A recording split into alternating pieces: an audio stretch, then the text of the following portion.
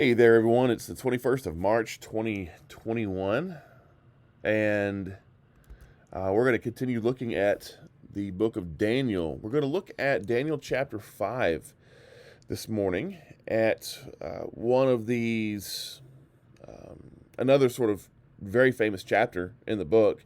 It's funny how a lot of the early chapters are the more famous ones. Also, those early chapters are narratives, right? They're stories, whereas the later chapters are more prophecy oriented. So it's funny how that kind of works out. Well, we're going to look here at the sort of transition between the Babylonian and the Persian empires. Um, Nebuchadnezzar died in 563 BC, about halfway ish through the Babylonian exile for the Jews, and his son's name was Evil Merodach. Now, when it's spelled in English, it looks like evil, Evil.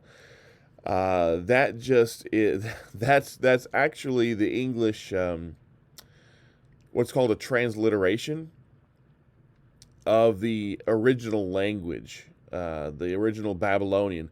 Now, that word in Babylonian it's pronounced a little bit differently, but it means man. Okay, man of Merodach or man of Marduk. Okay, so you can see the pagan name of his son. Nebuchadnezzar, probably, Nebo, something. Nebo spare his life, or Nebo give him prosperity, or something like that is what Nebuchadnezzar's name means. And there were a few other guys that ruled, and then you get down to a guy named Nabonitis, and this fellow was the father of Belshazzar, who is the last guy mentioned as a Babylonian ruler in the book of Daniel. Okay, so you've got this in chapter 5, this wedding feast, or this feast that's being thrown. And, there are nobles there. Everybody's there. It's like, dinner at the Golden Globes or something, I guess. I don't know. And when you see him getting ready to sort of make this toast, he brings out these golden goblets and bowls and everything that were taken from Solomon's temple, right? So this is the stuff that was plundered from the temple in Jerusalem in the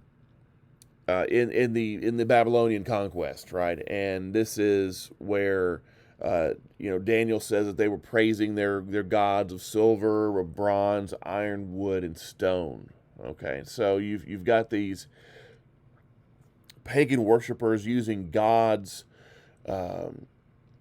belongings to praise pagan gods, right? And so this feast appears to take place in 539 BC. Okay, this is the night that the Medo-Persians would conquer Babylon. And while the king and his guests are drinking, you've got this very famous scene of the handwriting on the wall, right? And this is where we get our English phrase. It's funny. It's the Bible actually inspires a lot of English phrases, and of course, so does Shakespeare.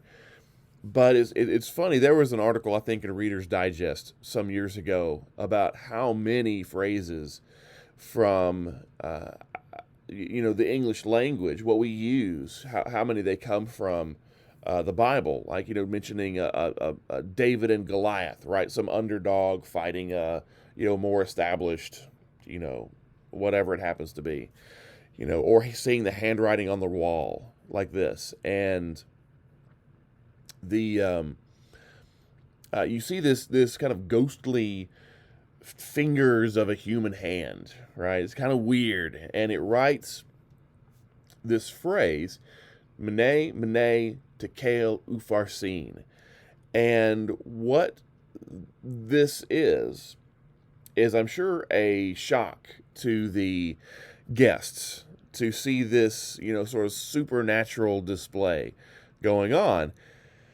And the thing is, what Belshazzar does is he sends for all the wise men. Now that's what Nebuchadnezzar did, right? He has these dreams and he wants them interpreted, so he goes and he sends for the wise men. Well, Belshazzar does the same thing, right? Because those are the experts, right? These are the guys who were supposed to know what's going on. And this is the third time in the book that the Babylonian wise men are going to prove to be useless, right? Third time's a charm, right? But this is where the the book of Daniel is continuing to tell us, these guys, these pagan guys, they don't know anything. They can't do anything. And I sometimes wonder if that's not what we should be doing when we look at our lives and the kind of things that we do and need to know for living. Are you going to go to a psychologist? Are you going to go to some self-help expert, some relationship guru? Or are you going to go to the Bible to get information for living? Because that's the kind of the guidebook that was put together by the creator of everything, right? Now, that's not to say that relationship experts and gurus and psychologists can't be helpful. I find them to be very helpful, right? There are times when I look at stuff for maybe in dealing with relationships or maybe understanding emotions. Yeah, I'll go to Psychology Today, to their website, and kind of read some stuff.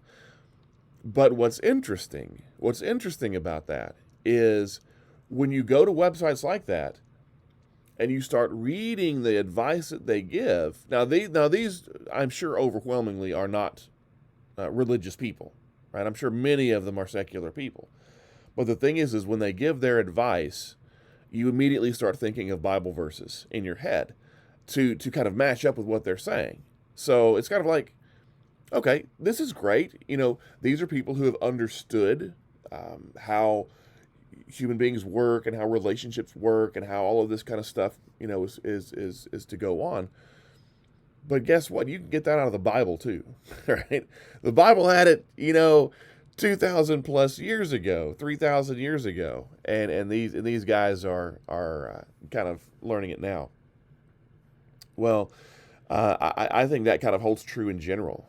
And so here these Babylonian wise men, they're supposed to be experts. They're supposed to be cream of the crop, right? These guys were the ones who did astrology, astronomy, the whole nine yards. And yet they're absolutely useless for figuring out what exactly is going on with this ghostly hand in the book. So you can imagine that the palace would have been sort of abuzz with everything going on. And this is another occasion where Daniel is going to be called. And of course, Daniel called the third time. And they say the queen tells Belshazzar that he needs to go find Daniel because he is, and this is what she says, a man who has the spirit of the holy gods in him. In the time of your father. Now that's his ancestor. Now Nebuchadnezzar was actually Belshazzar's grandfather. Okay, and he wasn't even really related to Nebuchadnezzar.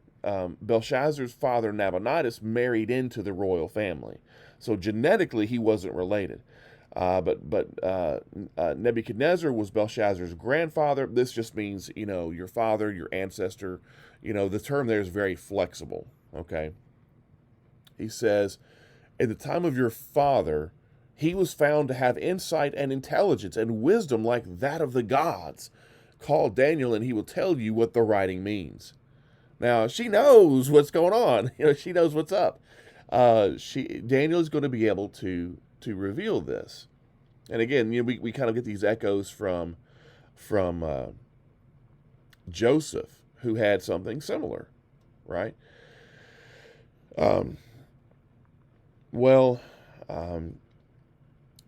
Why Daniel was not already present at the banquet is kind of a mystery. We don't quite know. At this point, he could have been in his 80s, right? He's an old man uh, by this point, and so he could have been in like semi-retirement. He could have been, you know,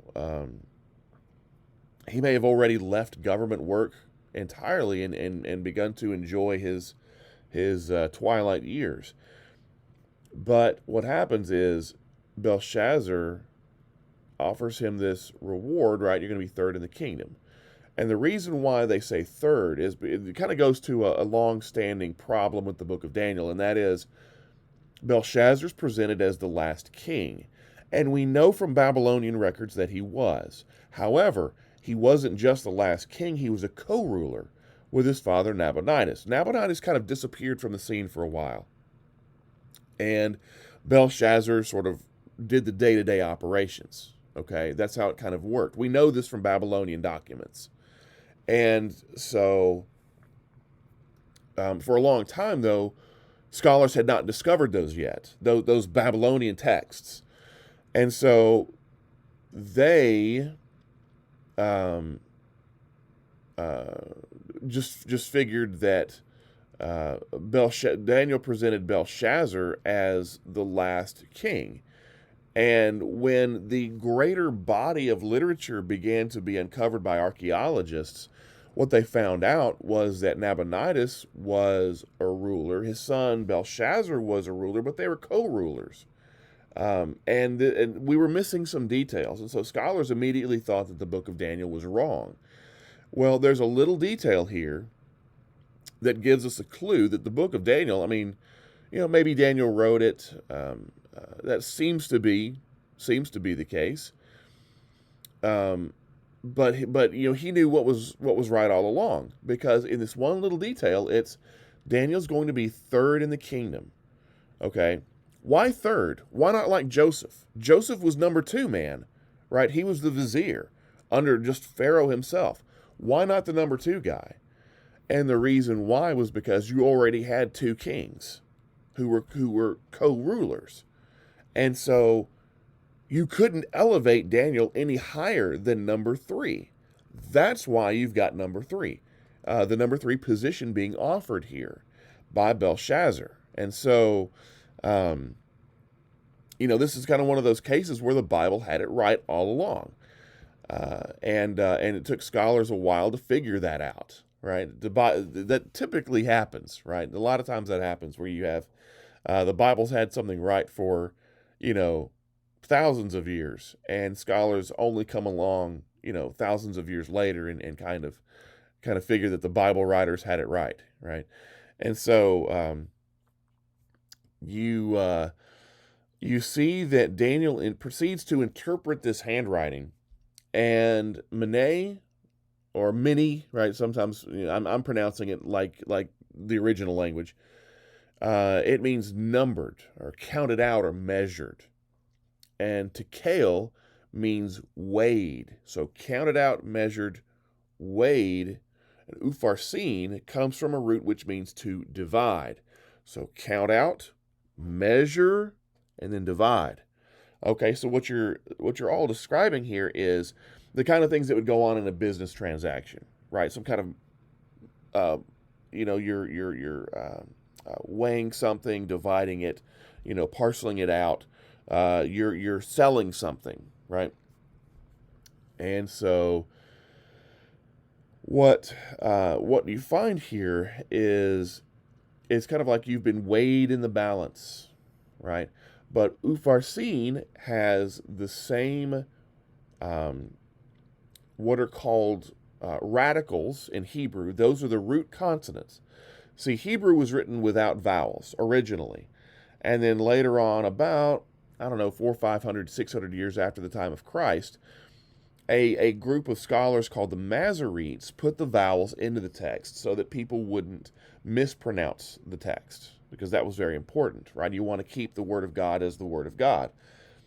And so as language changes over time, you sometimes change pronunciations, right?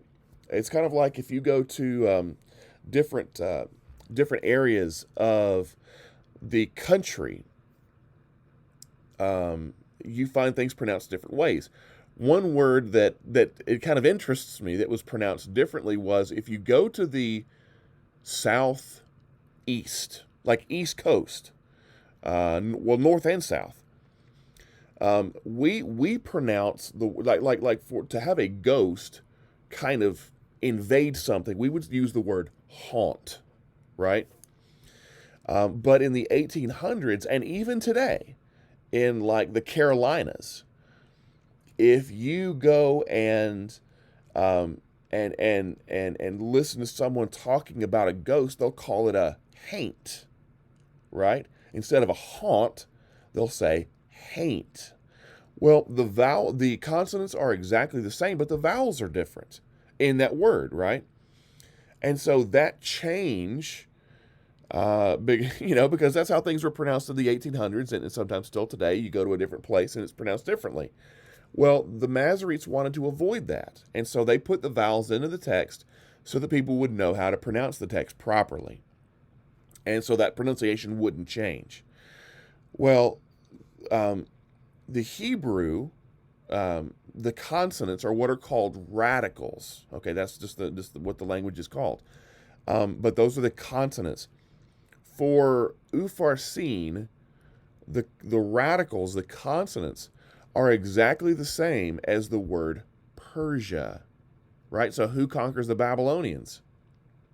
The Persians, right? So God is actually giving Belshazzar a preview of what's going to happen. So he says, you've been measured, you've been found wanting, the Persians are coming in. And they do that night.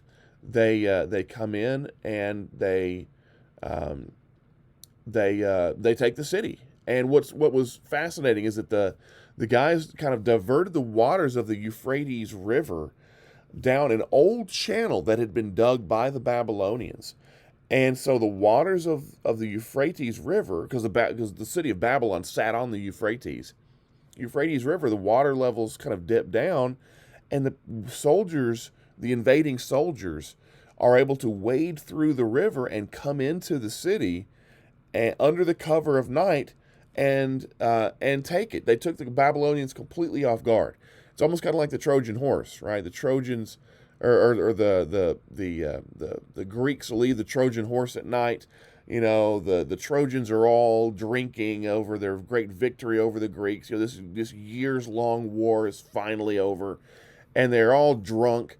They bring the Trojan horse in, and what do you know? There are Greeks inside, and which is where we get our phrase "Beware Greeks bearing gifts," right? And so here instead, though, it's the Persians. The Persians divert the waters of the Euphrates down this old, like, canal or something that the Babylonians had dug. The waters dip. Everybody's plastered, right? Another reason not to drink. And, they're all celebrating. Soldiers come in and they take the city pretty easily. And so, even as Daniel has been promoted to number 3 in the kingdom, it doesn't really last long. Because the Babylonian government is overthrown. Well, what we've got here, I think, is a story that tells us very much about the problem of pride, right? Nebuchadnezzar had to learn about the consequences of pride. Belshazzar has an even more harsh lesson about the problems of pride. And he's going to lose his kingdom, right? Because it's not just that he's arrogant. He's also insulted God, right? He's also insulted his creator. And so he doesn't just lose his kingdom for 7 years like his grandfather did. He loses his kingdom completely. Well, that's one of the issues that we have when we deal with pride and the problems and consequences that it creates. Well, everyone, that's our time for this morning. If we're going to see you in class or in services this morning, we'll be delighted to see you then. If you're still staying at home and participating by the live stream, please be safe, and we will see you the next time when you're here, and we'll be looking forward to that. So I hope you guys have a wonderful day, and we'll see you next time.